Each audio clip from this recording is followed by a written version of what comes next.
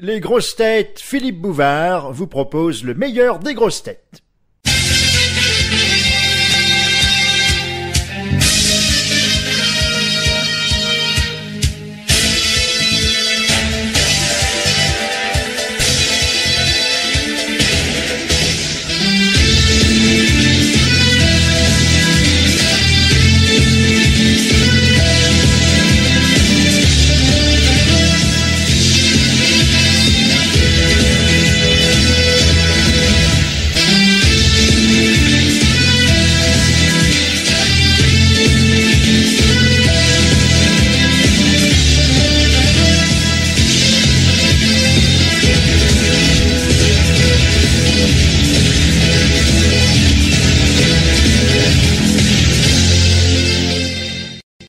Bonjour, la femme la plus jolie, la plus intelligente, la plus drôle et la plus mystérieuse des grosses têtes, Isabelle Mergo.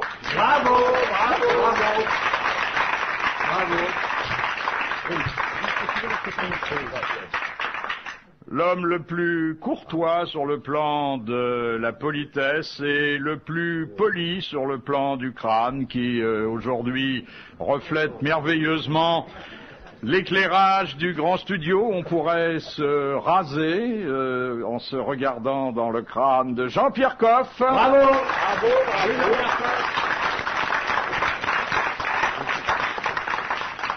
Et en les regardant tous les deux l'un à côté de l'autre, j'ai l'impression que dans le studio, on a installé un escalier à double révolution, car il y a une deuxième pomme d'escalier, en la personne de Guy Montagnier. Bravo, bravo. Deux beaux calmicieux. Mais d'ailleurs, si on se met l'un contre l'autre, regardez, vraiment très près de l'autre, vu de dessus, on dirait un peu les fesses de Claudia Schiffer. Et puis une très belle nature de cheveux, je ne veux pas vous donner des complexes, mais quelque chose qui, en dépit des années, reste extrêmement touffu, pas toujours bien entretenu, mais... non, c'est pas... Je veux dire, c'est quelque chose d'un peu sauvage. Mais c'est aussi ce qui fait le charme de l'amiral Olivier de Kersauzon. Bravo, j'adore ce mec. Touffu. Un peu, oui. Simplement, quand je passe ma main sur mon crâne, je pense à Olivier. Je me dis, si j'en avais des comme ça. Parce que je le vois quelquefois, vous voyez, il a une façon de passer les doigts comme ça. C'est pour rassurer les bêtes. Et c'est quand même pas mal, hein. Vous les rentrez au corral, là. Mais qu'est-ce qui vous coupe les cheveux, monsieur l'amiral? C'est moi, hein. Ah, c'est vous qui vous coupez les cheveux? Ouais. Ouais. Bah, vous donnez pas de pourboire la prochaine fois, ça vaut pas le coup, hein. Non, mais attends, je m'en fous de ce que tu penses, mais moi, c'est mes cheveux. Non, mais ça, c'est les vôtres. Parce que toi... C'est ma moumoute acrylique, non, je sais. Non, c'est pas ta moumoute, mais on n'est pas sûr que ce soit tes cheveux, parce que moi, c'est mes cheveux. Voilà. Vraiment. Et à mon avis, je crois que quand Martin parlait de ta moumoute acrylique, il était médisant. C'est des implants, mais c'est des implants. Oui. C'est pour ça qu'il a le nez de plus en plus gros. Première citation de Madame Bonpied de Bonneuil, qui a dit « Si toutes les femmes étaient fidèles, avec qui les hommes tromperaient-ils leurs femmes ?» C'est une femme qui a dit ça. Non. Sacha Guitry. Non. Ah, faut pas répondre à la question. Faut trouver le... Oui. Ouais. Je te laisserai la... Mort. Mort. Il y a longtemps.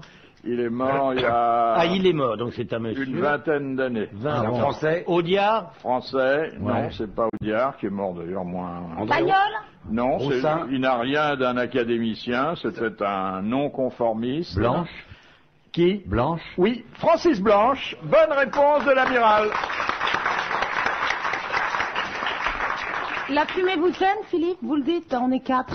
Oh là là là là là là, quelle horreur. Je dirais une locomotive ou le wagon de queue? Le temps d'air. Ah oui, c'est sûr Deuxième que moi, citation que nous devons à Monsieur Lattré, qui a dit « Pourquoi est-il si difficile de trouver un cadeau de mariage qui ait vraiment l'air de coûter aussi cher qu'on l'a payé ?» C'est très drôle, ça. Francis Blanche aussi. Non, c'est... Il est mort? Il est mort il y a plus de 50 ans. Oh là, bah alors. Nous ne l'avons pas connu, mais ses pièces sont encore à l'affiche. Sacha Guitry. C'est Courteline. Courteline. Bonne réponse Isabelle Mergo.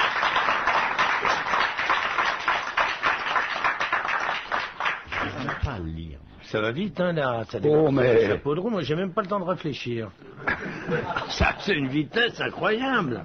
Ben, vous aurez peut-être, là, si vous voulez, le temps de réfléchir, mais vous n'aurez pas le temps de répondre. On a Enfin, c'est sauté. comme ça que ça commence. Hein, C'est bien, c'est On a bien. sauté Non, de mais la je suis chevrette content avec des gars. qu'on parle pas de cul, tout ça, que ça soit... Oui, c'est agréable. Attends, ça va venir, Hein ça va venir. C'est agréable, on a- Attends qu'il nous trouve une question salace, tu vas voir, avec des Ah non, doubles ça- sens et tout. Vous avez besoin d'excuses maintenant pour parler de cul? Question de Monsieur Blavier. Où trouve-t-on des miroirs de courtoisie? Dans les voitures. Dans les voitures. Ah oui, dans les Ah, bah voitures, oui. exactement. Eh oui, c'est le petit miroir situé à l'avant droite, généralement. Passager. Et oui, Et et conducteur aussi Et maintenant. conducteur. le conducteur aussi, On oui. peut se maquiller en conduisant, c'est pas dangereux du tout. Il n'y en a pas derrière. Quelquefois, mais ils sont incrustés À côté sur de les l'armoire. côtés. Ah, mais ça Ça, c'est dépend... les Oui, c'est vrai, ça rétroviseurs. dépend des voitures qu'on a. Oui, Dans les grandes voitures. Excusez-moi. Dans la voiture de Philippe, c'est le miroir à l'arrière, il est à côté de l'armoire.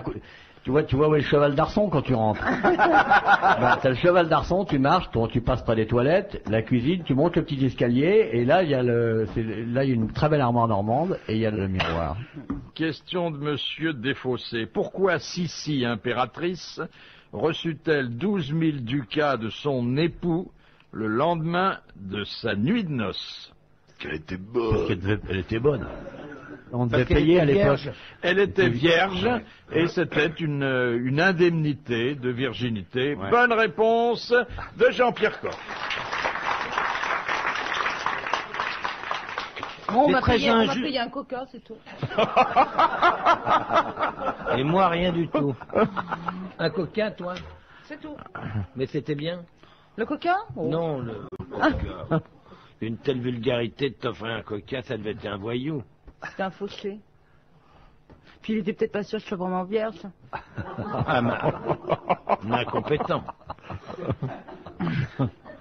Mais c'était bon un usage tout à fait courtois que de D'offrir un coca? non donner 12 000 ducats à une dame qui vous avait fait don de sa virginité. On savait vivre en ce temps-là. Ah ouais. Ah oui, entre un coca et 12 000 ducats, c'est sûr qu'il n'y a pas photo. Question de Madame Corroyer de Dieppe. Que signifie le verbe encaquer?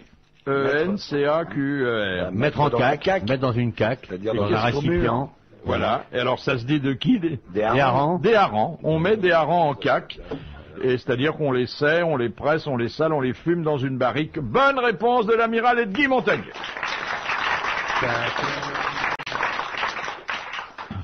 D'ailleurs, une phrase célèbre, sentant encore la caque. Ouais. Qu'est-ce qu'il faut penser des harengs en caque, Monsieur Coff? Moi, j'ai un souvenir de hareng extraordinaire. C'était dans une île qu'Olivier doit connaître. Au Danemark, c'est l'île de Bormol. Bormol. Bornmoth. Ça existe, ça? Une île formidable. Dans le nord, dans le nord-est. Alors on voit le matin, on arrive, c'est très très joli, hein, c'est un très beau paysage, c'est un endroit extrêmement pur. On va au port, on apporte des harengs à la fumerie. Et alors les harengs sont évidemment par des femmes nettoyés, préparés, tétés, désarrêtés, ouverts en deux et posés sur des sortes de tiges de bois, comme ça, des morceaux de bois, et sont portés à l'extérieur où ils sèchent.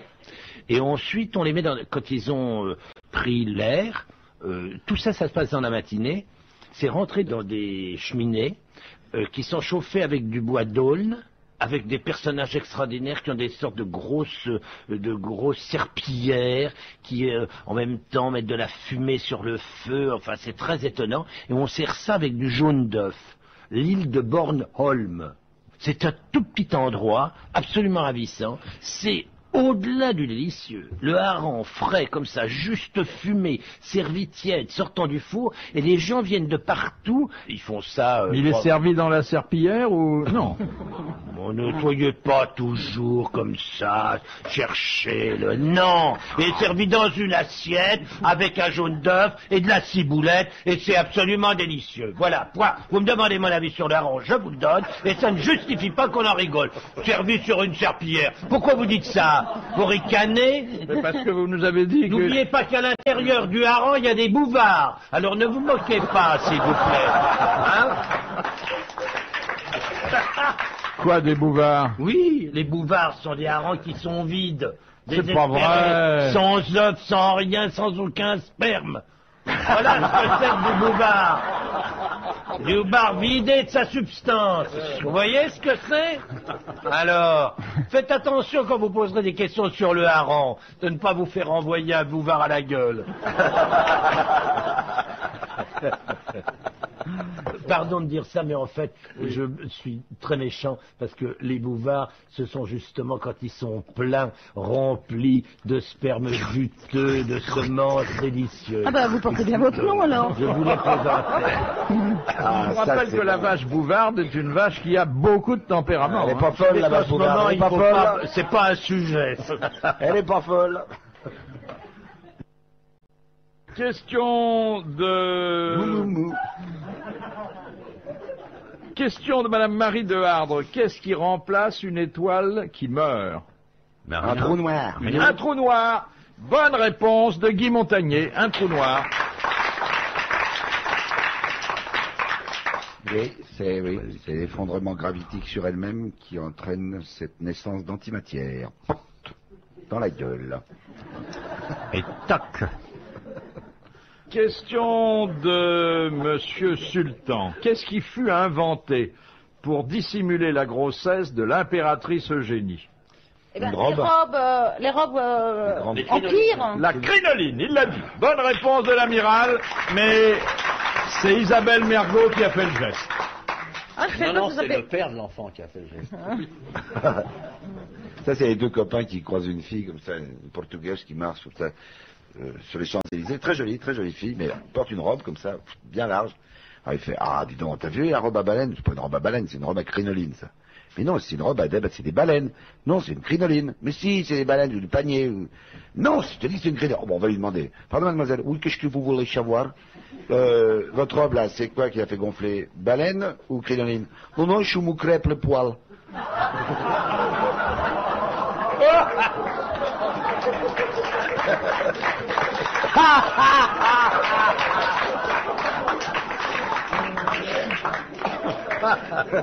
Même Isabelle rigole. Question de Monsieur Lattré. En cuisine, qu'est-ce qu'on appelle un mimosa? C'est du jaune d'œuf, Ah oui. enfin un œuf dur haché. Exactement. Oui. Bien sûr Eh que oui. oui. Eh oui. Comment non? Un œuf Ah ça dur. c'est mimosa, ils font des œufs carrés, ils font des œufs au mètre, mais ils n'ont pas encore fait du mimosa sous plastique. Là ils n'ont pas osé. C'est qu'ils ont fait des œufs carrés maintenant. C'est pas vrai. Ah ben ça, ouais, mais ça fait vachement. On fait une Ah ouais, chirurgie mais non. esthétique au pouls. Ça fait vachement mal au cul des poules, ça, à pondre. Non, non, mais pas carré, mais une fois que c'est pondu, on les met dans des espèces de cubes en plastique. Une cruauté, ça. Et alors, surtout, ils font des œufs tout en longueur. Ouais. C'est pas, vous savez, dans les, Ah, ça, dans les, Du jaune d'œuf au mètre, on a dans fait. les restaurants d'entreprise ou dans les restaurants universitaires où nos pauvres enfants ou petits-enfants vont dîner dans les cantines scolaires, ils mettent toujours une rondelle d'œufs durs comme si c'était un spectacle sur une assiette d'avoir des œufs durs. Et alors, pour faciliter la tâche, eh ben, ils ont fait des œufs durs au mètre. Alors, on les coupe à la Mais comment tranche c'est comme possible ça. de faire un œuf dur au Bah, mètre comment ils les mettent dans un moule, je sais pas comment ils font d'ailleurs, ça m'intéresse même pas, je trouve ça tellement vulgaire. Et alors ils ont un truc comme ça, c'est parfaitement moulé, le jaune est au milieu, le blanc est autour, et c'est dans des trucs, ils doivent vendre ça au mètre, je crois. Et en tube, ça existe aussi. Tu sais, des omelettes en tube. Ah ben, les omelettes dans les restaurants, il y a des omelettes qui sont, il y a des, d'abord, ils livrent des jaunes séparés des blancs, bon, ça encore à la limite, mais maintenant, on livre toujours pareil, dans ces restaurants d'entreprise, ils livrent des omelettes toutes faites. Elles sont préparées, ils les réchauffent. Alors, vous achetez vos omelettes en tube. Non, mais ça existe, il paraît, aux États-Unis. Il y a des Ouais. tubes et puis il y a de. Puis les raies rouges sur le côté, c'est du dentifrice, ça s'appelle Signal.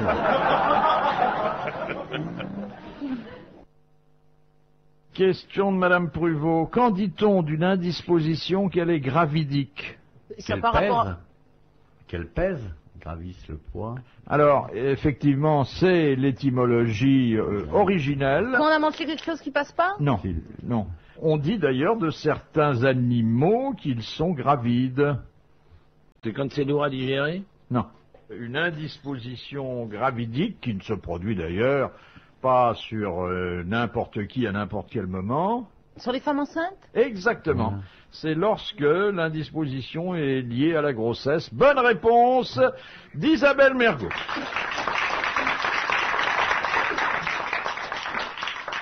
C'était pas facile, hein. Non, ça c'est vrai, il faut le reconnaître. Surtout quand on n'a jamais été enceinte. Ah oui. Bon, pourquoi tu me balances ça comme ça, d'un air un peu méprisant? Ah, c'est pas méprisant du tout, c'est au contraire très admiratif. Pourquoi toi, ça peut pas être admiratif ni méprisant? C'est Tu un aurais été état. enceinte et que tu aurais eu une indisposition gravidique, tu aurais pu te Dick. Comment vous dites? Reverse. Dites. C'était pas ça la question, hein, pardon. Enfin bon, débrouillez-vous avec ça. C'est ce que je veux dire. On ne sait pas si elle n'a pas été enceinte. Hein? Si, je Rivers sais. Non, non. Votre teckel, comment vous l'avez eu? Mais j'ai pas de teckel. Qu'est-ce que c'est comme Des chien? chats. Un labrador. Ah si, un labrador. Un labrador. Mais tu le sais pas, putain. Mais je croyais que t'avais des Alors chats. tu fais semblant de t'intéresser à ce que je dis, c'est ça, hein, comme la plupart des gens. Hein. Qui vous regardent droit dans les yeux, qui font oui de la tête, et puis tu t'aperçois que pouh, Ah, ça va pas ça bien. passe au-dessus. Mais non, je croyais que tu n'avais que des chats. Non, mon labrador s'appelle Fivette. Fécondation in vitro, transplantation embryonnaire, je l'ai déjà dit. Ah non, tu l'as dit à quelqu'un d'autre.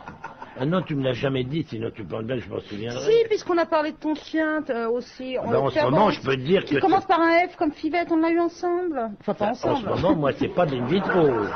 Ma petite jolie Fairbanks, là, c'est pas d'in vitro, je peux te dire. Ah, ils se sautent dessus. Ah, comment? Bah, c'est des bêtes. Féconder in vitro, ça Et veut pas elle dire est- qu'on a fait l'amour dans une Ah, église. comment hein. elle est formidable. Rien à voir. Et elle est... Mais pourquoi tu veux avoir des chiots? Oui, j'en voudrais, oui. Écoute, elle est tellement jolie, lui est tellement beau que c'est dommage de ne pas leur faire d'enfants. Et alors, il faut les aider, hein. Ah oui. Ah oui, ils sont très très longs, je vous ai dit, c'est des basséountes. Alors, Ah. évidemment, normalement, le chien prend la femelle par la taille. Oh oui, par la taille. Bah oui, à la hauteur Ils vont du se néant. promener au clair de Non, lune. mais non, pour la prendre. Ah, pardon. Il prend les pattes avant, on serre la taille de l'animal. Et là, ils sont tellement longs, c'est pas que M. Fairbanks aurait un sexe trop court, c'est pas ce que je veux dire, au contraire. C'est que la Mais- femelle a le cul trop loin. Mais tu vois, comme c'est des animaux extrêmement longs, alors il faut le prendre délicatement, et puis dès l'instant où on sent une sensibilité érectionnelle, alors à ce moment-là, on Comme le... c'est bien dit. Oh, Une c'est sensibilité érectionnelle. Et alors on le tire, on prend les pattes et on les En plus, met il tire son sur, chien. les Il tire pattes, sur les pattes avant de la femelle. Et alors à ce moment-là, il trouve effectivement le sexe de ma petite jolie Oh. et on guide évidemment d'une main délicate et on lui permet de s'introduire plus facilement. Ah, tu fais ça? C'est toi qui le fais? Bah bien sûr. Ah ouais. Et après, on les fait C'est mon bouger. chien. On les fait Pas bouger. des- écoute. Est-ce qu'il faut les faire bouger? Ah non, une fois Ils bougent tout seuls. dans une situation coïtale, on faut les laisser faire. Il lui paye un coquin après? Mais alors, est-ce que là, chez vos animaux, la sensibilité érectionnelle débouche toujours sur la situation coïtale? Ça débouche la chienne, Ah, surtout. il débouche, oui. C'est style à la queue en tire-bouchon, hein. Non, mais si vous n'étiez pas là, par exemple, Oui, si t'étais Bah pas si là. j'étais pas là, il serait sans arrêt sur elle. il téléphonerait à Evelyne Leclerc, peut-être, puisqu'elle a un serveur maintenant. Si vous n'étiez pas là, je se marrerais beaucoup plus. C'est Et pourquoi tu lui montres pas, carrément? Comment je ne montre pas? Comment faut faire? Mais vous avez des journées qui sont très Entre les- occupées, oui. finalement. Entre les asperges, entre Le les matin, asperges, la le toilette sexe. intime des asperges, l'après-midi, la copulation des chiens. Et après, coucou le drap! Ah, mais moi, j'aimerais bien passer un week-end chez toi, hein. On doit pas s'ennuyer, hein. Oh là là. Tu m'inviteras? Évidemment, vous qui avez des journées très mornes, couchez les pattes en lait en attendant. C'est sûr En que attendant c'est pas quoi comme ça que ça se passe chez moi. On vit dans la tradition. Tu mets la main à la pâte. Oui. Mais qu'est-ce que vous croyez? Avant, quand l'insémination artificielle n'existait pas, qu'est-ce qu'on faisait? On aidait les chevaux, on aidait les taureaux. Tout le temps, le paysan avait la main à la pâte. Qu'est-ce que c'est que ces manières? Enfin, vous avez l'air de bouder. Attendez, le paysan qui fait ça, il pense pas tellement au plaisir de l'animal. Qu'est-ce que vous en savez, vous qui êtes un citadin? Parlez un peu avec des paysans, ils respectent les bêtes, merde! Oh non, c'est pas des tendres les paysans avec les bêtes. Alors là, Comment c'est pas des Ah, tendres? non. Je suis désolé, les éleveurs sont des tendres, des types qui n'ont pas recours à l'insémination Ouais. artificielle. Et encore, Ils sont même souvent plus tendres que leur viande, les éleveurs. L'éleveur qui emmène une vache à l'abattoir, il est décomposé, il Ah oui, pleure. il pleure, faut pas savoir. Souvent, il s'habille en noir pour Ouais. aller à l'abattoir. Oui, ils prennent soin le quand même. paysan qui attache son chien avec 5 cm de lait, ça lui fait mal au cœur de faire ça, oui. mais il est obligé, son chien a l'air tellement féroce. Le Mathieu, un jour, il avait reçu l'inséminateur, parce qu'on lui avait dit pour faire des petits à la vache, et il faut un inséminateur, puis il va prendre toutes les choses et les mettre dans la vache, quoi. Ah bon, il dit... Et alors l'inséminateur arrive, il fait, bah voilà, monsieur l'inséminateur, venez voir, la roussette, elle est dans les tables, là. Ah oui, bien, c'est bien, bon. Et alors, je vous ai préparé une petite cuvette avec du savon et un clou pour accrocher votre pantalon.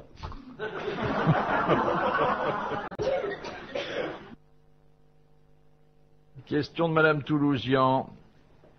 Qu'est-ce que le mâchon? c'est le casse-croûte de 10 heures dans la région lyonnaise. Bonne réponse de Jean-Pierre Coff. C'est exactement ça. On mange de la cervelle de canut, une rondelle de saucisson de Lyon, avec un peu de pommes de terre à l'huile. Enfin, bon. C'est entre le Du petit bonheur. déjeuner et le déjeuner. Ah oui, c'est 10 heures. Ah oui, le 10 heures, bien sûr. Bah, c'est l'heure à laquelle on commence à Non mais déjeuner. attendez, c'est un 10 heures un peu copieux quand même. À 10 heures, plutôt C'est midi, un quand même. Ah non, pas copieux, à table aussi. On a en général, ça dépend des régions. Il n'y a rien de mieux que le casse-croûte de 10 heures. Pour À moi, condition de c'est ne pas le- se réveiller à 11 heures, parce que sinon... Non, mais... Moi, en ce qui me concerne, je le saute toujours. Hein. J'arrive jamais à le choper, celui-là. Tu te lèves à 6 heures du matin, tu prends une tasse de café, un bout de pain, un machin Ou un comme petit ça. vin blanc de... Non, non, non, non, non, toi, non, non, non, mais non, mais Petit vin non. blanc, c'est quand t'as à conduire. Non, mais ça, T'as de la route vous à voyez, faire. vous tombez tout de suite dans l'excès. C'est pas, on prend un thé, un café, enfin ce qu'on veut le matin. De thé de préférence, le café, en tout cas pas de lait dans le café. Et puis, vous vaquez à vos occupations, vous allez vous promener. Par exemple, vous baladez vos chiens, et puis vous attaquez le casse-croûte de 10 heures. Ah, quel bonheur. Et ça vous coupe pas l'appétit pour le déjeuner? Ah non, vous déjeunez vers Il une fait heure. un trou normand à 11 heures. Non, mais tout ça, c'est... Vous voyez bien, vous n'avez pas le sens de l'existence, de la vie. C'est formidable. Vous prenez un petit bout de lard froid. Vous avez, imaginez que vous ayez fait une potée au chou. Il vous reste un bout de saucisse de morteau, un morceau de lard Ça, si froid. j'ai fait une potée au chou la veille, je suis encore sous mon drap, hein. Vous la mangez à quelle heure? Écoutez, vous prenez votre morceau de lard, vous le tranchez comme ça, un beau bout de pain, mangez ça avec un coup de blanc, un verre de chavignol, un petit peu de chenin, un truc comme ça. À 10 Vous êtes heures. en forme. Ah oui, à 10 à heures, 11h15, vous Ouais, pétez le feu, vous pouvez travailler jusqu'à 1 Ah, bah, si heure, tu 1 pètes heure le et feu, tu vas demie. sous les draps. À 1h30, vous passez à table. Mais ça veut pas dire baffrer le mâchon. non. Ça veut dire, écoutez, une bonne poêlée de gras double, ça n'a jamais fait de mal à personne à 10 heures du matin. Ah non, C'est bon. Ah oui, oui, oui, non, non, c'est vrai. Ouais. C'est- Toi, avec ce que tu bois, tu prends du gras normal, et puis... Bon, écoute, Ça fait comme si t'étais gros, là. Non, non. franchement, vous me trouvez gros? Non. Non, je voulais dire Écoutez, par rapport à la merde. vision, tu prends du gras normal, t'as du gras double avec ce que tu bois. Mais moi j'aime le gras. Excuse-moi de te dire ça, le gras du cochon, moi j'en ai marre de ces cochons avec 3 mm et demi de gras, ça m'amuse pas du tout. Moi j'aime le cochon avec de la belle ventrèche épaisse comme ça. Ah oui. Avec de la vous mettez cellulite. ça dans une poêle. Mais qu'est-ce que c'est que cette connerie, la cellulite? C'est parce que vous avez une alimentation tout à fait malsaine. Ah, c'est Mais vrai. si vous mangez ça normalement, un morceau... Qu'est-ce que faisaient nos anciens dans le temps? Ils mouraient ben, tous ils crevaient, maigres. ils crevaient Non, pas, c'est hein. pas vrai. Ils mouraient tous maigres. Bien sûr, regarde Louis XVI, il Vous vous était souvenez maigre. de ce que Francis Blanche disait? Mourez gros, mourez maigre, la différence est pour les porteurs. Bon, moi, je vais vous dire franchement, j'ai mieux mourir gros, je me fous les porteurs, je leur laisserai une petite pièce dans une enveloppe, qu'ils le sachent, mais prendre du plaisir. S'il fallait que je passe ma vie entière à faire attention, à surveiller mon poids, à m'emmerder, à bouffer des conneries, eh ben ça ne m'amuserait pas. La vie, c'est avant tout du plaisir, et je crois qu'il faut en profiter. Voilà.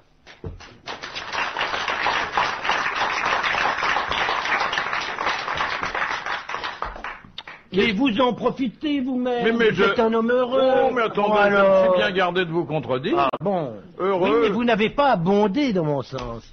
On peut ne pas être drogué et être un disciple d'Épicure. Ah, ça c'est très subtil, oui. J'ai bien ri. Question de Monsieur Rondon. De quel côté doit se tourner un Japonais au moment du harakiri? Du côté du soleil. sabre. Du soleil Du levant. côté du sabre, sinon il se rate. Sinon t'es fou. Oh non. Oh Vers le non. il doit se tourner vers le Fukuyama. Non. Vers le Vers soleil l'empereur. levant. Vers l'endroit où vit l'empereur. vers Ah le- oui, Exactement, vers le palais impérial. Bonne réponse de l'amiral. Question de Monsieur Scran de Dunkerque. Comment appelle-t-on une crème épaisse parfumée aux amandes? Une frangipane. Oui, frangipane. Bonne réponse d'Isabelle Mergo.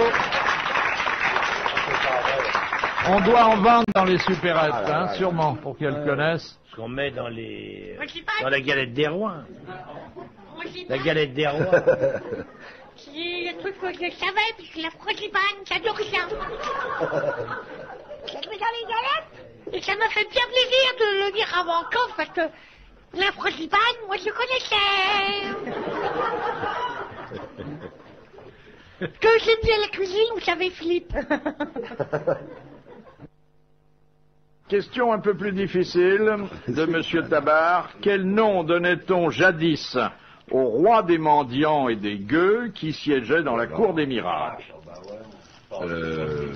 Et d'ailleurs, c'est une expression qui est passée dans le langage, sinon courant, au moins encore actuel, Tu as raison, tu as raison. pour désigner quelqu'un qui n'a pas d'autorité, où tout va à volo. Pourquoi c'est entamé? La bouteille est entamée. Qu'est-ce que c'est que ça? Mais pourquoi? Bah, j'ai un vieux bouchon qui est cassé. Regardez-moi ça! Non, pas mes enfants. Non, mais là, c'est le vin de l'amiral. Ça se déglingue. Mais non, il... Ah, d'accord. Alors là, il a tous les droits. Non, je fais- Parce que là, j'allais dire, là, vraiment, on se fout de la gueule du monde. Le service n'est plus ce qu'il était. Je suis ton goûteur, pour t'éviter d'attraper des maladies. Ah non, mais je suis tout à fait partisan de partager, mais là, je le disais... Pas mauvais d'ailleurs. T'as un petit peu? Ah ouais, c'est bon. Guy, Non, non, merci. qu'est-ce qui t'arrive? Ah bah, T'es malade, mon grand? j'ai pêché.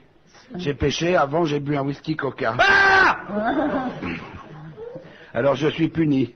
Vous voyez, il vous restera quand même les 2 tiers de la bouteille. Non, parce que je vais partager avec Olivier, à mon avis, on fera moitié-moitié si on arrive à faire assez vite. Si on surveille bien, on fera moitié-moitié. D'ailleurs, vous nous excuserez, on peut pas répondre qu'on est en train de boire. Alors, j'insiste quand même, Et insiste, mon chéri. au nom de la culture et au nom de l'économie, parce que bon... Qu'est-ce que c'était déjà? C'était quoi ta question? quoi T'avais une Alors, il y avait la cour des miracles, vous savez, ça donnait un ruret au mur. Bon, chaque soir se réunissaient là les mendiants qui jetaient leurs béquilles, puisqu'ils reprenaient, et c'est pour ça que ça s'appelait la cour des miracles, leur véritable stature le soir. Ils élisaient tous les ans un roi qui portait un nom. Et d'ailleurs, on disait, et on dit toujours, ah, c'est la cour du roi Salomon. Péto? Péto. Ah, c'est Péto. D'où le nom Pétaudière, Pétaudière. ouais. Bonne réponse de l'amiral. Et au Moyen-Âge, justement, il y avait un type qui travaillait, un menuisier qui travaillait justement pas loin de la cour des miracles. Et alors, un jour, sur cette espèce de grande scie qui travaillait automatiquement avec de l'eau qui amenait le mouvement dans une grande roue à aube, il fait pas attention, il glisse, clac! Ah, le mec! Ah, il se coupe un bras! Schlac! Oh, le bras part! Blanc! Oh, je dis, c'est pas possible! Oh, plus de bras! Alors, le grand maître menuisier le chasse. Parce qu'à cette époque-là, c'était très très dur quand même. Il le chatte. Va-t'en ailleurs, Marot, tu trouveras du travail ailleurs, tu iras mendier à la cour des miracles. Il essaye de mendier, mais la concurrence est rude par là. Alors, il peut plus aimer, il peut plus boire des coups avec ses copains. Aimer, enlacer une fille avec ses deux bras, impossible. Un seul bras, elle se fout de sa gueule. C'est terrible. Alors il décide de se donner la mort. Alors, il monte dans le grand clocher de Notre-Dame, un des deux grands clochers de Notre-Dame. Et puis il est là, au-dessus du vide. Oh, je vais me tuer, je vais me jeter dans l'île. Et à ce moment-là, il voit en bas un type totalement manchot, qui n'a pas du tout de bras, qui est en train de se dandiner, qui danse. Oh, mais qu'est-ce qu'il fait? Il n'a pas de bras du tout, il danse, il est heureux. C'est extraordinaire. Et moi, j'ai qu'un bras en moins, et lui, il a les deux en moins, il est heureux, et moi pas. Ah, cet homme vient de me sauver la vie. Oh, je vais descendre, le serrer dans mes bras, enfin dans mon bras, l'embrasser. Oh, c'est fabuleux. Oh, il descend. Il voit ce pauvre manchot qui est en train de danser. Oh, merci monsieur. Quoi, merci monsieur, quoi. Ah ben, je vous ai vu danser, c'est une merveille, vous m'avez sauvé. Danser? Ben oui, vous dandiniez. Je danse pas, je me gratte.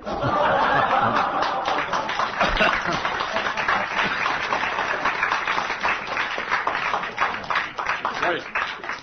Ouais, bon, c'est une blague médiévale, donc elle peut être truculente et un peu leste. Ouais. Question de Madame le Prieur. Le refus de vente est sanctionné par la loi, sauf dans 2 cas s'agissant de 2 produits particuliers. Les armes? Les armes? La prostitution? Non. Les armes et la pharmacie? Non. Les armes, c'est sûr. Les armes, c'est sûr. La drogue, pareil. La drogue? Non. Non, pas la drogue, mais ce qui vient avant. Le tabac. Et que vous L'alcool. connaissez bien, l'alcool. Voilà. Donc, l'alcool, si quelqu'un est jugé déjà suffisamment ivre, ouais. Et les armes, si on ne peut pas présenter un permis. Ouais. Bonne réponse de l'amiral, et merci à Guy Montaigne. On vend pas d'armes à un mec qui a Alors que si on laissait circuler dans la rue des mecs avec des armes ivres-morts, ça résoudrait le chômage rapidement. Hein. Ah, bah oui. Moi, je vois vraiment pas pourquoi on interdirait tout à coup. Il y a un type qui se permettrait de décider de ne pas donner à boire à quelqu'un qui a déjà bu. Oh, mais attendez, il y a des états d'ébriété manifestes. Non. Et alors? Non. C'est de la fatigue, c'est pas de l'ébriété. Oh, fou, est-ce que vous avez vu qu'il y a des types bourrés? Ça n'existe plus. Ça existe plus. Olivier a raison, c'est des gens qui sont un peu fatigués, qui ont ça, une sorte de lassitude, mais ça ne justifie l'émotion. Au contraire. L'émotion de boire un Au contraire. On leur filerait un petit coup, ça les remonterait. Qu'est-ce que c'est que cette idée? Voilà une loi qui est bien mal faite. Ils sont peut-être déprimés parce qu'ils n'ont pas assez bu, justement, faut les aider. C'est une non-assistance en personne en danger. Ah oui, non, faut pas dire. D'ailleurs, j'ai un mec bourré qui était pris par des gendarmes et était arrêté. En pleine ville. Ah, ça arrête. Gendarme. Ah, monsieur, vous avez soufflé dans le ballon. Je suis pas bourré. Ils cherchent les ballons, les mecs, ils n'ont plus de ballon. Ils ont fait souffler toute la soirée. C'est le soir de la Saint-Sylvestre. Ils n'ont plus un ballon. Alors, vous n'êtes pas bourré, vous n'êtes pas bourré. Non, je suis pas bourré. Et je le prouve. Vous voyez le chat qui est là-bas et qui arrive là. Je vois très bien ses 2 yeux. Si j'étais bourré, j'en verrais plus. Ben, vous êtes bourré, monsieur, parce que le chat, il n'arrive pas. Il s'en va.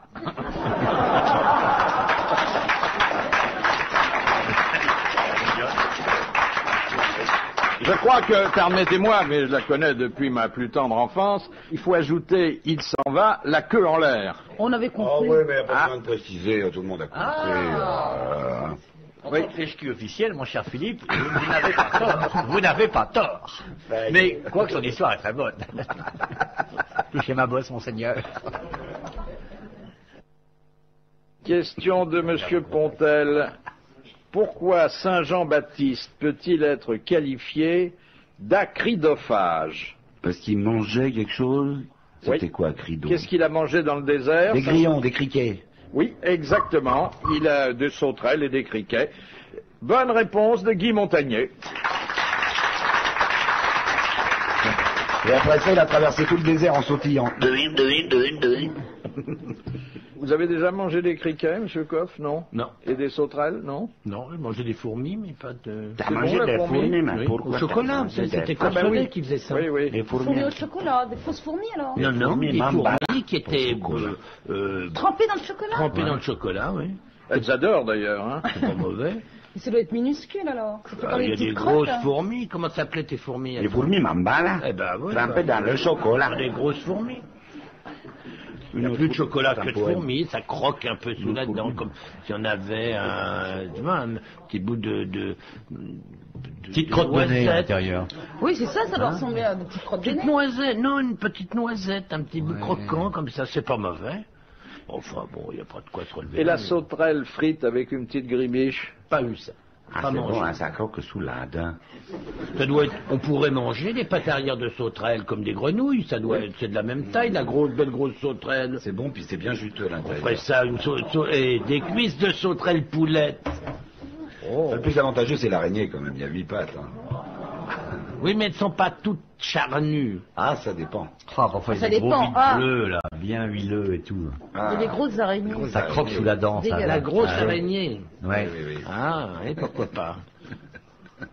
Il y en a, on en mange des fois sans le savoir, hein, quand ça traîne dans une mauvaise sauce. Les Attends, c'est amygdales. rare, hein, c'est rare, une araignée dans une sauce, ça se voit quand même. Oh bah il y a bien des mouches des fois dans une salade ou un truc comme ça. Vous devriez changer de restaurant, hein. Un gros corps noir et des pattes pleines de poils entourées d'une toile, migale. Jolie chanson. Vous surveillez, vous, la propreté des endroits et l'hygiène du personnel? Vous êtes attentif Alors ça va vous paraître très bizarre ce que je vais vous dire, mais moi quand je vais dans un restaurant, je regarde les chaussures, car je pense que si un maître C'est rare, d'hôtel les ou un chaussures dans un serveur a... C'est vrai que ça c'est pas courant, mais moi j'aime que les chaussures soient cirées, parce que ça prouve que le reste peut être propre. Puis les mains, évidemment, s'il y a un ongle noir, alors là, moi ça me répugne. Je trouve que c'est le minimum du minimum. Moi quand j'avais des restaurants, je leur fais passer des revues. Je les mettais en revue et je regardais les mains, pour voir que les ongles soient bien brossés. C'est-à-dire c'est le minimum qu'on puisse exiger, et surtout le dessous de bras.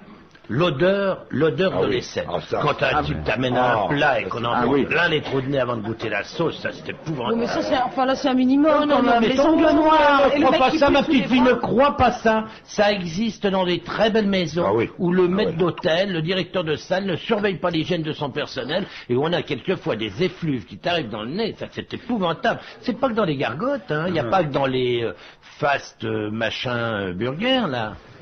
J'imagine Jean-Pierre le matin passant la revue de détail, une douzaine de petits commis le bras levé, et lui passant sous chaque aisselle pour renifler. Qu'est-ce que c'est que cette aisselle de merde? Va falloir nettoyer ça au Pexcitron. Mais pourquoi au Pexcitron? Parce qu'avec Pexcitron, les aisselles étincellent.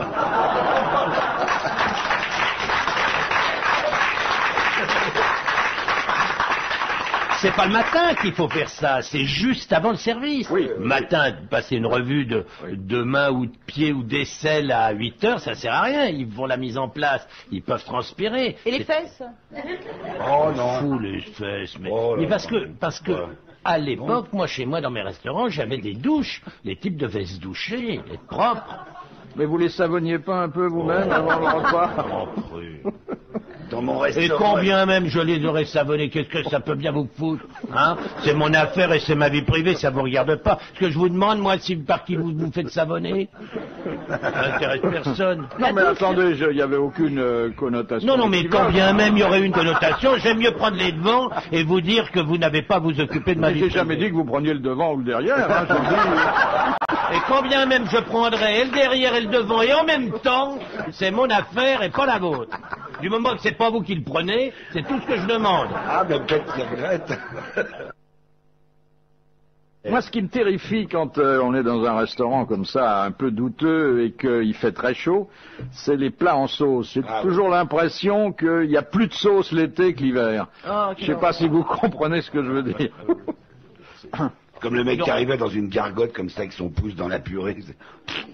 Oh bah écoutez garçon, qu'est-ce que c'est pour mettez votre pouce dans la purée? Bah j'ai un panari alors je tiens au chaud. Enfin écoutez, vous pourriez quand même le mettre ailleurs. Ah bah c'est ce que je fais entre les plats. Là on peut pas aller plus loin.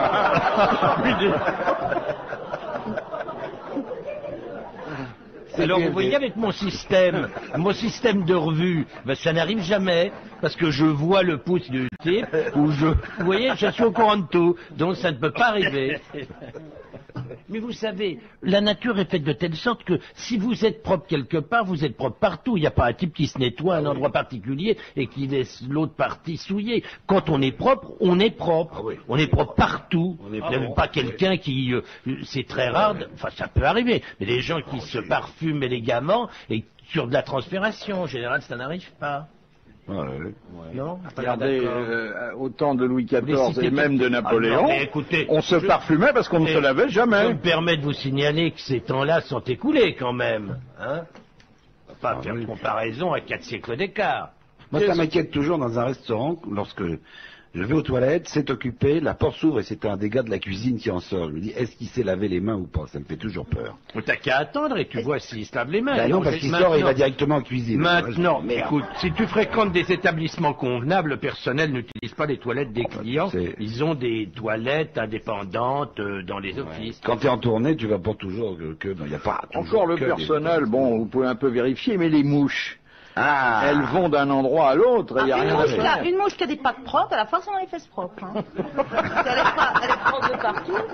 Une mouche qui est propre et qui vient se poser sur votre plat, c'est pas grave. Hein. Regardez-lui les pattes. C'est l'histoire du type qui appelle le garçon, il vient presque de finir son potage, et puis il appelle le garçon, il dit il y a une mouche au fond. Alors le type regarde, effectivement il y a une mouche, et le type met la mouche de côté, et puis il dit qu'est-ce que je peux faire? Il dit apportez-moi du jambon de pays. Alors on lui rapporte du jambon de pays, et puis il le mange presque complètement, et puis il dit au serveur il y a encore une mouche. Et puis ça dure comme ça. Alors à un moment, il y a le voisin qui est à côté, il lui dit pardon monsieur s'il vous plaît, la mouche, est-ce qu'elle est libre? Elle est mignonne. Et le Suisse qui est dans un bar à Paris, ça. Du coup, il y a une mouche. Tourne, plouc, il tombe dans sa bière. Alors, il attrape délicatement la mouche par les ailes et il lui hurle dans la gueule. Recrache ce que tu as bu!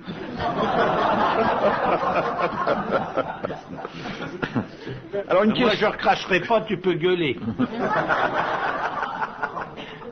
Tu bois pas de bière, toi, Jean-Pierre? Ça fait péter.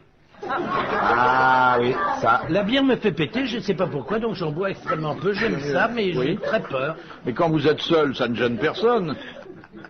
Effectivement, mais je vois pas pourquoi je boirais de la bière tout Tu seul. vois pas pourquoi il peut être seul. Quelle idée de pas en faire profiter les autres.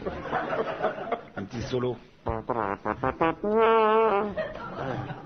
Ça vous fait pas péter la bière, vous? Oui, Philippe, ça vous fait pas péter la bière? J'en bois très peu. Ah, Mais vous je aussi, trouve que c'est bon, mais pas pour cette raison-là. pétiez beaucoup. Mais même l'artichaut, le chou-fleur, ces trucs-là, ça vous fait pas péter? Non, non. Mais qu'est-ce qui vous fait péter, finalement? Le gros haricot. Ah, le lingot. Le lingot, le soisson. Oui. Ah oui, ça, le soisson. Ah oui? Et vous aimez malgré tout le cassoulet? Vous vous rendez compte la conversation qu'on a devant 2 700 000 personnes, hein? Parce que vous croyez que sur les 2 700 000, il n'y en a pas 2 600 qui pètent aussi, à votre avis? Hein? C'est un truc qui intéresse tout le monde. Là, c'est vraiment une drôle d'idée. 2 700 000 personnes, on peut pas parler de paix, alors que tout le monde pète. C'est un truc qui arrive à tout le monde. Si. Soyez pas bégueule comme ça. On peut éprouver un certain plaisir. Hein. C'est pas être complètement impoli que de péter. J'ai remarqué déjà que le type qui pète, il rote pas. Ah ben non. Oh, mais il peut pas tout faire, il est occupé d'un côté. Jolie observation. Ce serait pas très élégant. Mais on pète immédiatement après ou faut un temps de digestion? Ça digère. Faut d'abord que ça fermente, ma petite fille. Ça fermente au bout de combien de temps? 3-4 heures. Eh ben alors tu peux très bien boire de la bière avec des amis et rentrer chez toi. Tu sais que tu pèteras pas avant 3-4 heures. Ah oui, mais t'es pas obligé de te défoncer.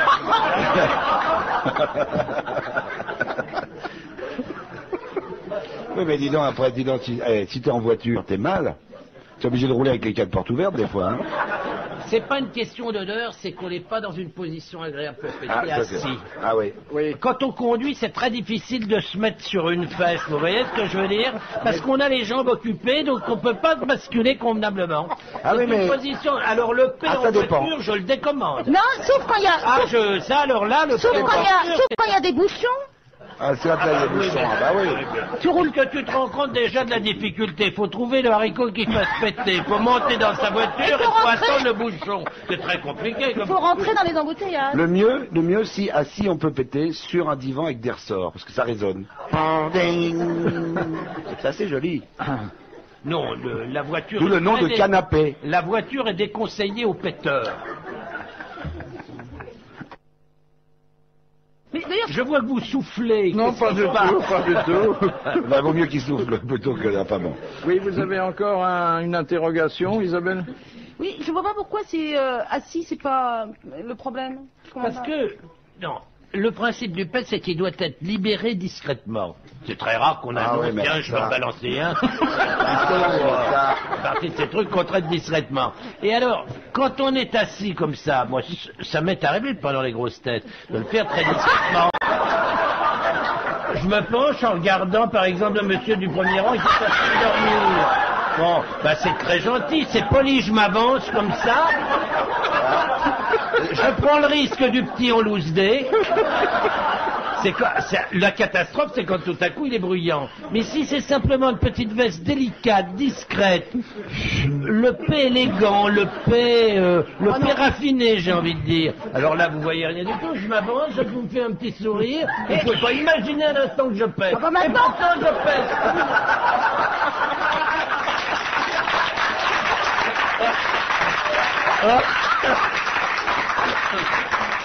Et si avec un peu de chance, il y a Castelli à côté, on peut tout lui attribuer. Non, mais il faut prendre ses responsabilités en face de ça. derrière ça, parce que c'est derrière. Moi, je suis tout à fait partisan, quand on l'a lâché, de l'assumer. Alors, comment l'assumer? C'est super extraordinaire, il vient... Vous dites pardon. Oui. Poli, pas d'agressivité. Je vous regarde. Pardon, monsieur. C'est même pas pourquoi je vous dis pardon. Je vous dis pardon. Je me dis, tiens, il est gentil ce type. Je lui dis pardon. Ça, c'est comme le mec au restaurant qui dînait avec une très jolie personne et puis il avait bien l'intention après le dîner de... Et puis, elle adore les haricots. Alors, oh, vous aimez les haricots, dit-elle. Oh, oui, bah, j'en prendrais bien alors aussi. Alors, il mange. Et puis, à un moment donné, il sent que... ça vient. Alors, discrètement, comme tu dis, il lâche une petite veste silencieuse. Malheureusement, ça schmoute un max. Il y a une escadrille de mouches qui pique. Mais alors, comme il voit qu'à côté, il y a une brave vieille dame qui est avec un petit pékinois vraiment très très laid. À côté, oh ce chien, puis alors il l'attire discrètement avec un bout de couenne de jambon, viens là, il pue, il est pète ce chien, c'est épouvantable, excusez-moi mademoiselle, vraiment ce chien est immonde. Alors la vieille qui est à côté, viens ici Kiki, viens là, viens ici. Non, ils continuent leur pas et puis il arrive au fromage, il y en a une deuxième qui arrive. Oh là, il n'y a plus de mouches à abattre, mais enfin bon, ça schmoute quand même un max. Il y a des plantes à côté, commence à baisser le nez. Il attire une deuxième fois le chien avec une bout de couenne de jambon, un bout de fromage. Le chien, il pète ce chien, c'est épouvantable. Viens ici, Kiki, viens là. Il arrive au dessert, et puis encore une troisième qui arrive. Alors il attire avec un bout de gâteau le chien à nouveau, et le chien s'approche, le mec. Et la vieille fait Kiki, viens ici, tu vois pas que le monsieur va te faire dessus.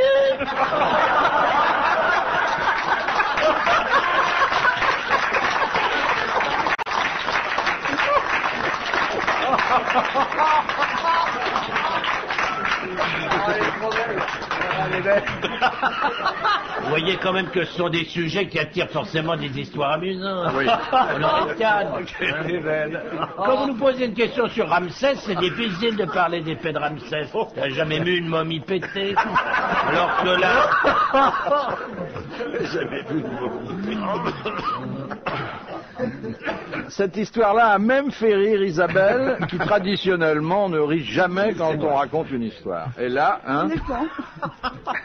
peut-être un souvenir. Non. La volupté, finalement, c'est de péter tout seul, dans ses draps, et la tête dans les draps. Vous n'avez jamais fait ça? Je ne vous crois pas. Je ne peux pas imaginer être le seul mec à faire ça dans ce pays. J'adore ça. Je mets, je te jure que c'est vrai. Je prends mes draps, je les rabats sur ma tête et je pète. Et quand j'ai la chance d'avoir une série, et que c'est très légèrement, je ne demande pas que ça soit tout le temps odoriférant, mais une petite odeur légère qui me rappelle ce que j'ai mangé. Ah mais ne riez pas comme ça, vous n'allez pas voir l'histoire.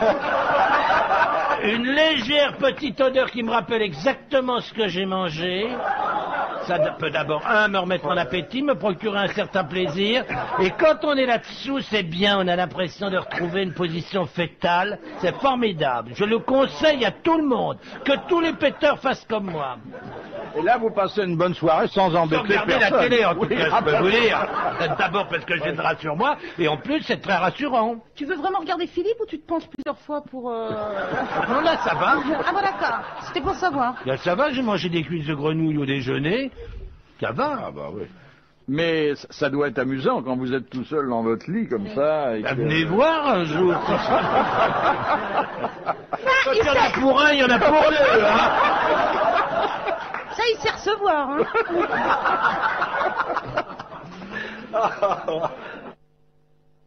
Question de Madame Douchy. Quel nom donne-t-on à un mélange de feuilles de salade diverses? Mesclin? Oui, le mesclin. Bonne réponse de Jean-Pierre Coff. Le mesclin. Il y en a des tout préparés maintenant. Oui, en sachet. C'est assez pratique d'ailleurs. Rencontre gastronomique. Vous achetez votre mesclin sous cellophane? Non, moi j'achète des cœurs de laitue. Oui. Sous cellophane? Ah, sous plastique, oui. Et faut bien les mettre. Quand tu achètes ta laitue, on te le met dans un petit sac en plastique. Bah moi pareil. Et ils sont pré-mâchés comme ça. Alors donc vous achetez votre salade sous plastique. Sous plastique. Votre que des cœurs de petit pot laitue. d'assaisonnement. On l'a déjà en litre, Oui. sûrement. Oui, parce qu'il y avait des promos la dernière fois. Ils en vendaient 2 pour le prix. À l'échalote et à la moutarde. Comme ça, je peux faire un petit panaché. Tu resteras vieille fille. Tu ne trouveras pas un mec pour t'épouser. C'est pas dit, c'est pas Je dit. suis pas sûr. C'est honteux, ces trucs-là. C'est lavé à l'eau de javel, ça sent le chlore, c'est nul. Dès que ça a passé 2 jours, le trognon, la queue de la salade est toute jaunasse. Ça passe jamais 2 jours. Prendre... Quoi? Ça passe pas 2 jours. Comment ça passe pas 2 jours? La date limite de conservation est de 4 jours. Qu'est-ce que tu racontes? Il y a ça dans les magasins pendant des journées entières. C'est... Ça, ah là là là là. Mais je ne comprends pas. C'est pourquoi vous n'achetez pas une belle laitue, mon Dieu. Mais parce qu'il faut la laver. Et alors, le plaisir de laver. Oh ben oui, bah non. Comment ben non, mais c'est formidable. Écoute, actuellement, on a des laitues absolument magnifiques, de la petite laitue de serre ou des débuts de pleine terre qui viennent du Midi. T'as juste le trognon à couper, tu mets ça dans l'eau, tu les sors, t'égouttes, et c'est un bonheur, la fraîcheur absolue. Et tu découvres le petit asticot qui vient du Midi, qui est entre 2 feux, qui te dit « Peu cher, ça va chez vous ?» Si c'est pas merveilleux, ça. Ah ben si tu trouves pas de plaisir dans l'asticot, dans la salade, alors effectivement, achète donc en plastique. Voilà, moi, Tu laisses l'asticot, toi. Tu mets une petite... Qu'est-ce que tu veux T'as la viande et les légumes en même temps. Qu'est-ce que tu veux que ça te fasse comme mal, un asticot? Mais réfléchis 2 minutes. C'est pas mauvais. Et puis en plus, tu mets une petite goutte, 2 gouttes de citron ou de vinaigre d'alcool. Pour voir s'il est dans encore ton vivant, eau. l'asticot. Mais non, il va tomber dans le fond, il va mourir. Tu n'auras que ta salade. Mais comment est-ce que vous pouvez ne pas éprouver un vrai plaisir sensuel à éplucher, à laver, à rincer? C'est quand même formidable. Quel plaisir t'as à ouvrir un sachet, à vider ça, à mettre ça directement dans ton saladier? Il n'y a absolument aucune sensualité. La nourriture, c'est quand même de la sensualité. C'est du toucher, c'est du plaisir. Et en plus, je suis sûr que la laitue adore être lavée. Mais Pourquoi vous connaissez quelqu'un qu'une toilette intime ne réjouit pas? Et en plus, tu te mets un disque de jazz en effeuillant la laitue. Strip de la laitue. Non, Extraordinaire. j'assure. Franchement, Ouais, je trouve ça l'asticot qui lamentable. frétille. Je ne vais pas pousser le paradoxe jusqu'à dire qu'à la limite, je supporterais qu'on fasse cuire quelque chose au micro-ondes, mais à condition qu'on lave les ingrédients. Mais je trouve que c'est vrai que si vous ne trouvez pas un minimum de plaisir... Écoutez, actuellement, vous avez ces jolies petites asperges absolument magnifiques, des asperges nouvelles, c'est la saison, des asperges françaises. Prenez ça dans Vous vos leur mains. faites leur toilette intime d'abord aux asperges? Écoutez, il n'y a pas une femme qui n'éprouve pas une certaine sensualité à avoir une belle asperge dans la main. Alors, Mais il faut bien installer ça comme ça si on veut que ça revienne. Alors vous avez ça dans la main et vous les voyez, vous prenez votre épluche légumes, vous caressez ça gentiment. Ah non, moi, vous je fais avez pas une ça avec un première peau épluche qui légumes, s'enlève hein. et puis ensuite vous mettez ça dans l'eau. Mais comment voulez-vous qu'il n'y ait pas de plaisir à faire ça? Ça n'est pas concevable qu'il n'y ait pas de plaisir. Ou alors il faut être, je sais pas quoi moi, un animal. T'exagères. Non, je t'assure. Non, moi, vraiment, j'ai pas de plaisir à ça. Eh ben, viens un jour à la maison, je te montrerai tout le plaisir. Et après, on qu'il y a ira à faire une prendre partie dans quelque tes draps. chose. Ça sera ton cadeau. Tu feras le fantôme sous les draps, le fantôme péteur. Je te ferai ce que tu veux sous les draps, mais je fera un chapiteau voudrais gonflable. arriver à te convaincre. Je voudrais arriver à te convaincre du plaisir et de la sensualité qu'il peut y avoir à d'abord éplucher, nettoyer quelque chose et ensuite à le faire cuire. T'as pas une endive, t'as pas une asperge sur toi, le vaisselle là? Non, ça n'a pas. Je peux te donner l'équivalent, mais je n'ai pas d'asperges là. Oh non, les laitues en sachet, en plastique, c'est honteux. Moi, je serais ministre de l'Agriculture. Ça fait partie des choses que j'interdirais. Moi, je serais ministre de l'Agriculture, j'interdirais la vente des légumes sous plastique. Oui, mais le plastique, c'est le préservatif du légume. Bonjour la connerie, hein. Excusez-moi de manquer de respect, c'est peut-être la première fois, mais je le dis, ça c'est vraiment, faut pas dire des choses pareilles. Vous n'avez pas le droit. Pas un homme comme vous, en tout cas. Pas un homme si attaché au plaisir de la nourriture, de la bouche, au plaisir tout court. Vous n'avez pas le droit de dire ça.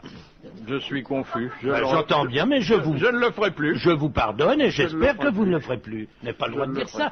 Combien vous avez dit qu'il y avait 2 millions d'auditeurs 2 millions 900 000 auditeurs. Vous vous rendez compte 2 millions 900 000 auditeurs qui écoutent une connerie. Ça fait mal.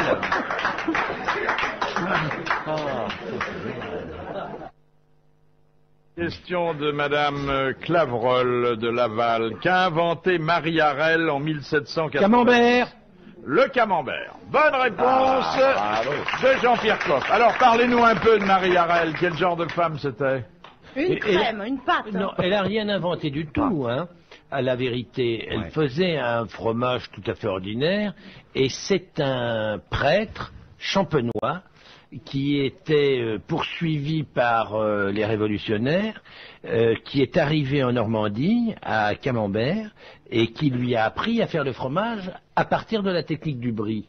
Car il faut bien savoir que le camembert, à l'origine, c'est la technique du brie. Mais oui. Eh oui, ça il faut bien le savoir. Hein. Ça, Sinon on est largué dans l'explication. Mais il est plus petit quand même que le brie. Oui, non mais C'est la un fromage à technique brie réduit. La technique de fabrication du En plus, fromage, le bon-père, il gagnait pas sa vie. Il avait d'ailleurs... il était planqué, il avait peur de ça. Rien. D'ailleurs, il avait laissé ses souvenirs intitulés Beaucoup de brie pour rien. Et Marie Harel... Vous vous rendez compte que ça peut être humiliant? Vous me posez une question en me disant c'est quoi le camembert? Tout ça pour dire 2 trucs comme ça. Non, mais en fait, il était caché, parce nul. qu'il était poursuivi, C'est nul. et c'est dans une pièce minable. Et il y avait, le toit était pas très bon, et il pleut beaucoup dans cette belle région de Normandie. Ce mec est devenu enrhumé. Et un jour, elle est rentrée, la brave jeune femme, et elle l'a vu près de son fromage, mais il était à genoux, parce que c'était l'heure, et il dit, qu'est-ce que vous faites? Il dit, je brille. Et il a éternué sur le fromage, apportant le microbe merveilleux du brie, qui lui a permis après de donner, grâce à cette technique, je brille, à tout. Le glavio est tombé sur le camembert, et tout à coup, ça s'est animé de minuscules animalcules, à peine percevibles par l'homme, mais qui, grâce au microscope, peut distinguer tous ces petits animaux qui se baladent à l'intérieur de ce fromage. Alors quand après, elle est rentrée chez elle, elle a dit à son mari, tu sais, on a une nouvelle technique pour le fromage. Et il lui dit, oh, c'est louche. Et c'est pour ça qu'on dit camembert à la louche. En fait, ça c'est une des versions, parce qu'il y a une autre version aussi qui dit que cette brave femme avait fait du beurre en la baratte comme ça. Elle l'avait mis, en attendant, dans un petit coin, puis il l'a oublié. Et un jour, le beurre avait tourné et s'était transformé en fromage. Et qu'a-t-elle dit? Elle a dit, oh, camembert. D'où plus tard le nom camembert. Ah ouais, Et moi, je vous dis, et merde.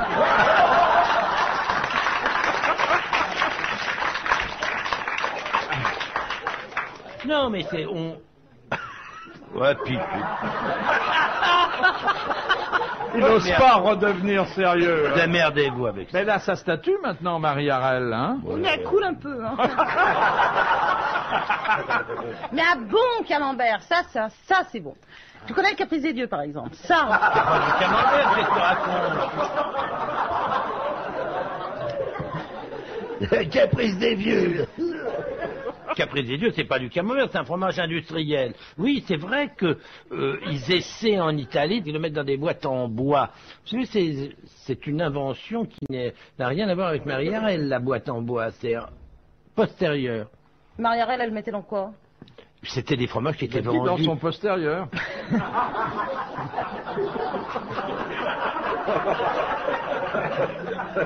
Ça y est, il a craqué. Est-ce que vous allez m'emmerder longtemps?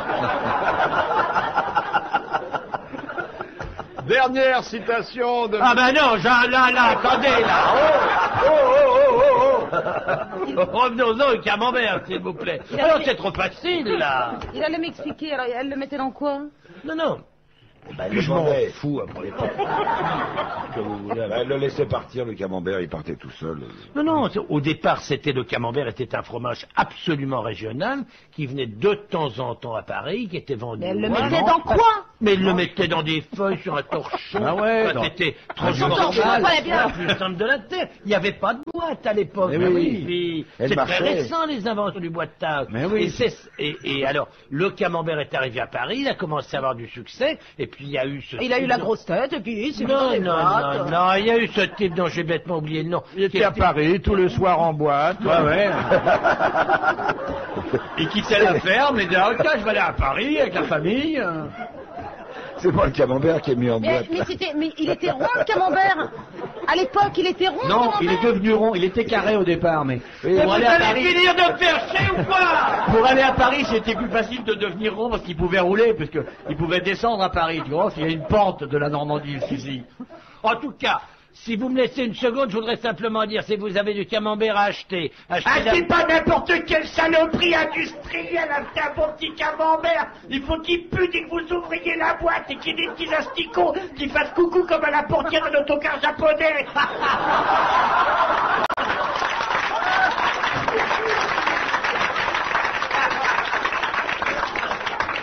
Je profite juste une petite interruption pour dire, achetez-le d'origine de Normandie, achetez-le au lait cru, et puis après ça ira très bien. Voilà.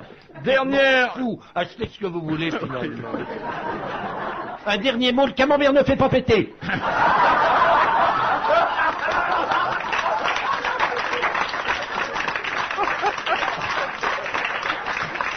C'est marqué sur la boîte, non? Non, mais il devrait le marquer sur la boîte. Certifié non péteur. Dernière citation de Monsieur Félix de Poitiers, qui a dit « J'ai eu 3 lignes dans le Times quand j'ai décroché un Oscar et 8 pages quand mon mari m'a trompé. » Ah, c'est une femme. Simone Signoret. Simone Signoret. Bonne réponse de Jean-Pierre Coff. Bravo, merci. À la prochaine fois.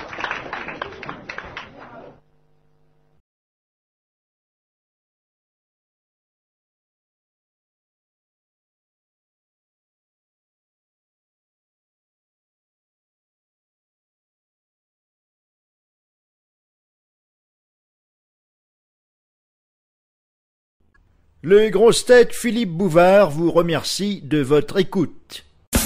Les grosses têtes de Philippe Bouvard, tous les jours de 16h30 à 18h, c'est sur RTL.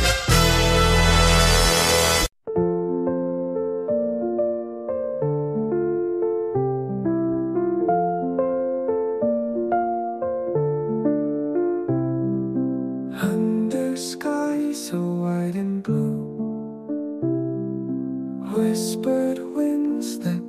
us through paths of dreams we walk anew. Endless journey, me and you. Stars above, they light our way through the night into the day. Silent echoes softly sway. Endless journey, come what may. We'll roam till the end of time. Hand in hand, your heart and mine, floating on a dream divine. Endless journey, line by line. Mountains rise and valleys fall. Painted skies, we see it all. Through the whispers, hear the call. Endless journey, stand so tall. Oceans deep.